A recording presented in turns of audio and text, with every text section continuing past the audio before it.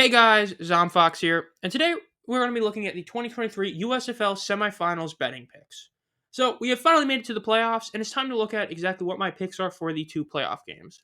So without further ado, let's get started with the first game: the Panthers versus the Maulers for the North Division Championship. At first glance, this is one that a lot of people might think is an easier pick because the Maulers won two straight games to make it to the playoffs and overall have looked better across the season than the Panthers. As that's the reason they're 2.5 point favorites, as well as it's being played in Canton, which is more of a home field for the Maulers than it is the Panthers. Minus 154 as well, and then the over-under is 38.5. Over-under being 38.5 is not a surprise either. That's a really low over-under. But considering you have two teams that basically win most of their games, scores like 17-10, it's not too much of a shock. But overall, my thoughts are the Panthers are going to win this. They're going to cover it, and it's going to be an under. The reason I say this, I just think that the EJ Perry situation is going to help him out greatly. I think what ends up happening is that EJ Perry gets a lot more freedom in the offense than the Maulers' defense is expecting or ready for, which ends up having the Panthers just be better than them offensively.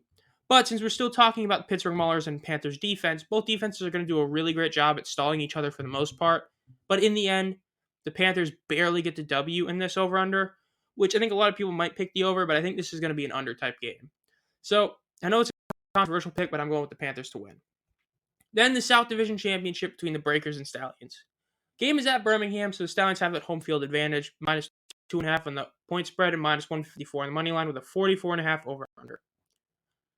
I talked about this in a couple videos prior, where the Breakers are a very, very weird team. Some days they will come out and be unbeatable. They'll have a great quarterback play. They'll have great special teams, and West Hills will have a great game. Sometimes they all suck, or sometimes you get what's happened the last couple weeks where it's essentially MBT carrying the offense because West Hills does literally nothing on the ground. Talked about this before. Essentially, I have the Stallions having like a 75% chance to win this game. I think both teams at their best, the Stallions win at least half of those games. At least. And the other half of the time, I think the Breakers play like trash. I think the Stallions win all those games. So essentially, I have them winning about 75%. Which, in turn, leads me picking the Stallions to win. I think they also cover naturally. I don't see this game being a 1-point game, and I think it's going to be the over. I think the Stallions win this game by playing much better offense than the Breakers do, as I do think the Breakers will come out and have a good game, but the Stallions will just be far too good for them, as they'll end up, having both Maribel and Magoo have great games, whereas the Breakers might both have great games, but it might just be MBT. I could totally see the score being like a 30-15 game, just as well as I could see this being a 30-32 game. So I'm going to pick the Stallions to win.